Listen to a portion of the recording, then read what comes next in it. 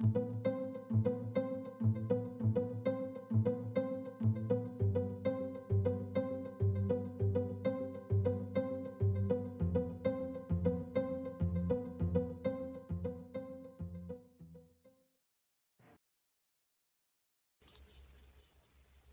fuerzas militares mexicas estaban compuestas de un gran número de plebeyos, que solo contaban con conocimientos y capacitación militares básicos, y un pequeño pero aún considerable número de guerreros profesionales que eran de la nobleza, los cuales se organizaron en diferentes sociedades guerreras, a las cuales eran integrados según sus logros en el campo de batalla. El imperio azteca estaba centrado alrededor de la expansión militar y del predominio político sobre otros pueblos, además de la exigencia de tributo de otras ciudades-estado. De esta manera, la guerra era la fuerza básica en la política mexica. Además de lo anterior, la sociedad mexica estaba también centrada alrededor de la guerra, pues cada hombre mexica recibía formación militar básica desde temprana edad, ya que la guerra no solo era importante para el bien del imperio, sino que también era, para muchos, la única posibilidad de ascender en la pirámide social mexica, es decir, la única forma de dejar de ser macehualtin o plebeyo. Un guerrero mexica se destacaba por sus logros y habilidades militares, especialmente la toma de cautivos para el sacrificio, pues el sacrificio de cautivos de guerra era una parte importante de muchos festivales religiosos de los mexicas. Así pues, la guerra fue la principal fuerza impulsora de la economía del imperio y de la religión mexica. Al entrar en guerra, los mexicas solo tenían dos objetivos. El primero de ellos era político, el sometimiento de las ciudades-estado enemigas a fin de obtener el tributo correspondiente y ampliar la hegemonía política mexica. El segundo objetivo era religioso y socioeconómico, la toma de cautivos para ser sacrificados en ceremonias religiosas. Estos dos objetivos influyeron de manera importante en su forma de hacer la guerra, pues la mayoría de las guerras fueron motivadas dadas las expectativas de la nobleza para con el güey tlatoani. Además, la guerra impulsó el crecimiento económico del imperio mediante la ampliación de los territorios imperiales, aumentando las fuentes de materias primas para el comercio y para el consumo interno. Esto fue posible gracias a la expectativa de los plebeyos de tener una oportunidad de escalar en la sociedad mediante hazañas en las guerras. Además, la primera acción del tlatoani electo siempre era una campaña militar con el doble propósito de demostrar su capacidad como guerrero, así como dejar claro que sería tan duro sobre cualquier conducta rebelde como lo fue su predecesor. Además, era importante para suministrar abundantes cautivos para los festejos de su ceremonia de coronación. Una campaña fallida era vista como un augurio funesto para la figura del tlatoani, ya que esto significaba rebeliones en ciudades-estado sometidas por anteriores emperadores, y la nobleza podría dudar de su capacidad de gobierno. Este fue el caso de Tizoc, quien fue envenenado por la nobleza después de varias campañas militares sin éxito. En el ejército mexica había varias categorías y rangos. La categoría más baja eran los cargadores o tamemes, quienes llevaban armas y suministros. La siguiente categoría la conformaban los jóvenes del Tepochcali, encabezados por sus sargentos. Después iban los plebeyos y finalmente los plebeyos que habían logrado capturar cautivos en guerras anteriores. Y por sobre estas categorías iban los nobles de las sociedades guerreras. Estos se agrupaban según el número de cautivos que habían logrado capturar en anteriores batallas. El número de cautivos también determinaba los diferentes uniformes de los guerreros, los cuales eran más espectaculares conforme se ascendía de categoría. Es decir, los mejores guerreros, los que habían logrado capturar mayor número de cautivos, los podían usar en el campo de batalla.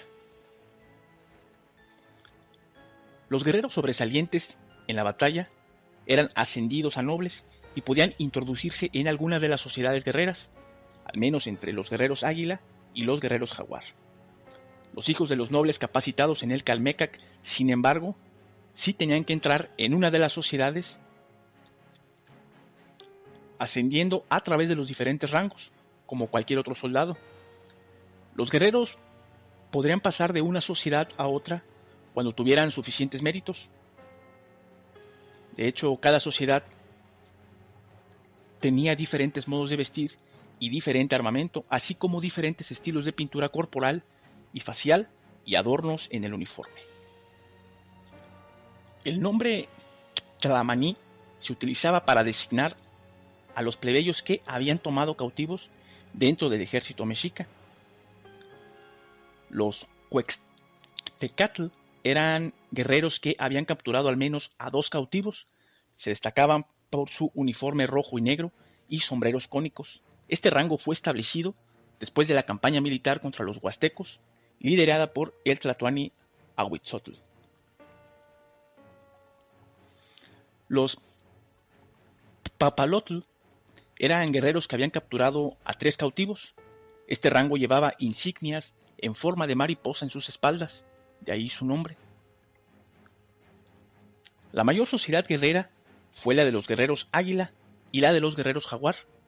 Ambos vestían como el animal del que tomaban su nombre, algunos vistiendo pieles de grandes felinos y otros adornados con plumas de águila. Muchos de estos guerreros fueron representados en estatuas y en códices. La poesía mexica también usa con frecuencia la expresión Incuatl, In Ocelotl, es decir, las águilas, los jaguares, para referirse a los nobles en la guerra. El cuartel de los guerreros águila y los guerreros jaguar fue el Huachalí, que significa la casa de las águilas, situado en el recinto ceremonial de Tenochtitlán. Era el grupo de élite de las Fuerzas Armadas.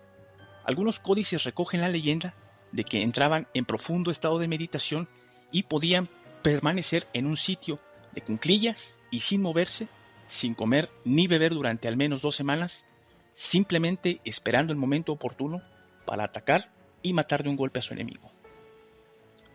Se estima que los guerreros águila y los guerreros jaguar causaron aproximadamente el 80% de las bajas españolas antes, durante y después de la conquista. Los otomíes fueron otra sociedad guerrera, la cual agarra su nombre de la gente otomí, la cual se resistió enérgicamente a la conquista. En fuentes históricas es frecuente confundir si la palabra otomí se refiere a los miembros de la sociedad guerrera mexica o a los miembros del grupo étnico que muchas veces se unió a los ejércitos mexica como mercenarios o aliados. Uno de los más celebrados miembros de esta sociedad guerrera fue Xilacaltzin. Y finalmente, los guerreros rapados o huachique era la más prestigiosa sociedad guerrera mexica. Se caracterizaban por afeitar sus cabezas, excepto la trenza sobre la oreja izquierda. Se pintaban sus rostros y calvas con 2 colores, una mitad azul y la otra mitad de color rojo o amarillo. Servían como elementos de choque imperiales. Se les asignaban las tareas especiales, así como prestando servicios en el campo de batalla cuando era necesario. Se requería haber capturado más de 6 cautivos y haber logrado docenas de otras hazañas para alcanzar este rango. Al parecer, estos guerreros rechazaban capitanías en el ejército únicamente para seguir combatiendo activamente en el campo de batalla. Eran reconocibles por su uniforme amarillo. Al alcanzar el guerrero este rango, juraba no dar un paso atrás durante una batalla. Esto bajo la advertencia de que, en caso de faltar a este juramento, habría de experimentar el dolor de la muerte a manos de sus compañeros. Los combates normalmente empezaban al amanecer.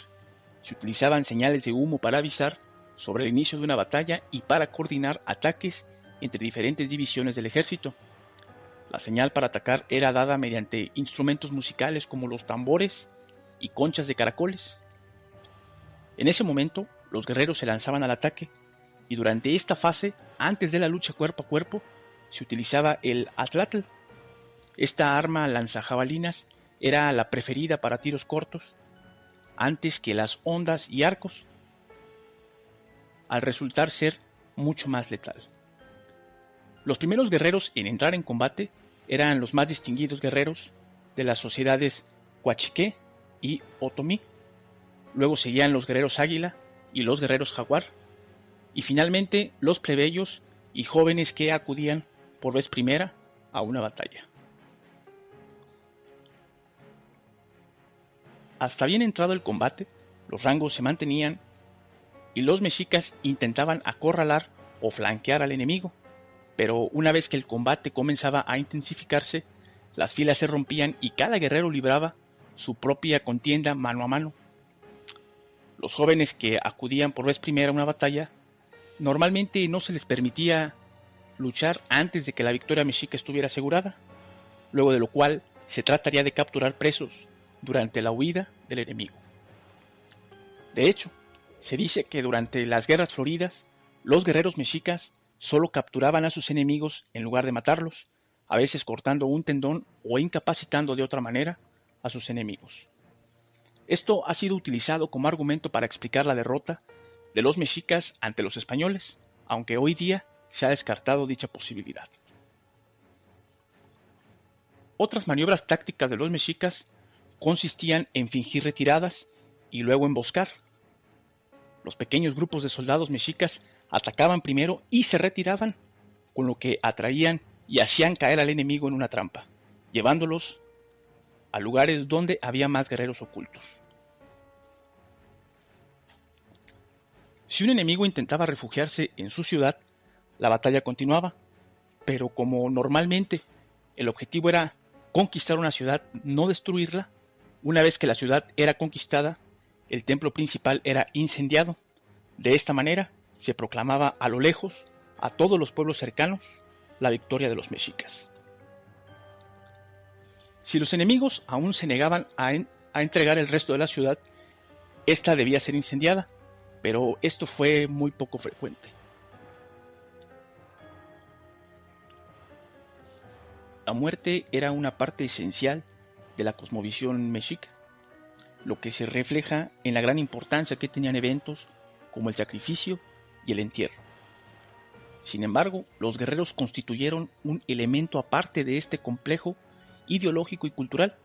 Cuando un guerrero moría, ya fuera en batalla o sacrificado, siempre se hallaba implícita la realización de una ceremonia. Los guerreros capturados eran sacrificados al dios del sol y en algunos casos el guerrero realizaría el sacrificio.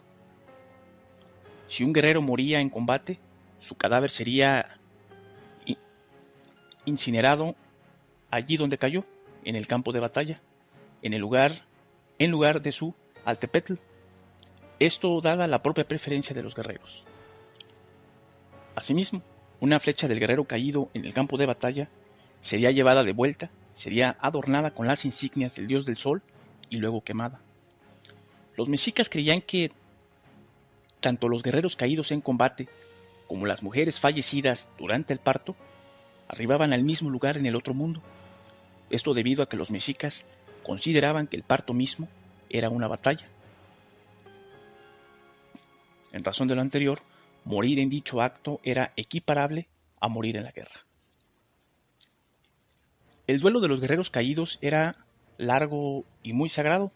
Los dolientes se abstenían de bañarse y asearse durante 80 días.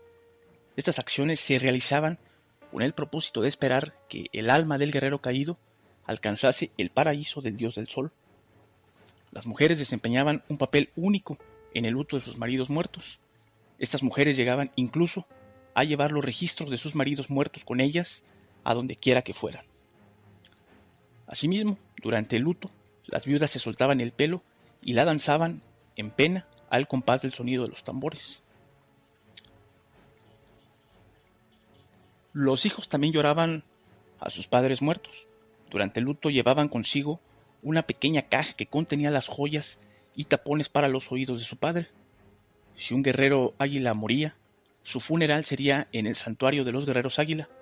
Allí serían cremados y colocados en el salón principal. En conjunto con sus cenizas serían enterradas joyas, jaguares de arcilla y artefactos de oro.